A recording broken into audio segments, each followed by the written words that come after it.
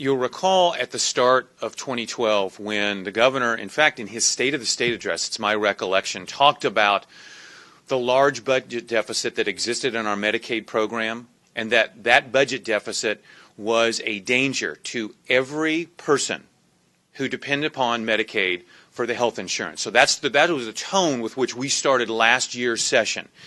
That was followed by endless hours of negotiations between Republicans and Democrats with the governor's office in the room, making very difficult decisions about how to trim back the Medicaid program. And those decisions were made. And an overwhelming bipartisan vote was had on decisions to cut back on programs that many would argue those people needed.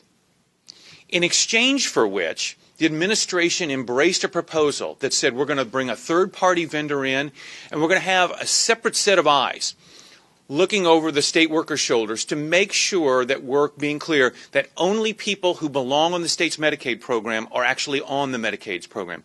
And there is no other term that can be used to describe that third-party separate set of eyes process except a stunning success for the taxpayers. 200, as of the latest update, 216,000 people who were receiving Medicaid benefits were taken off the program because the third-party contractor was involved.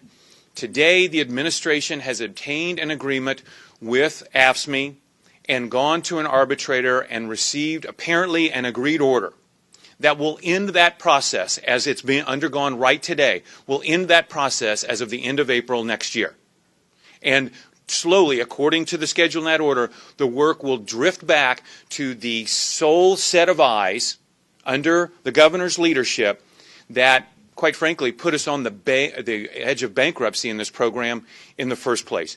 This isn't a walk back. This is a turnaround and sprint away from the cornerstone of the reforms that were in the SMART Act.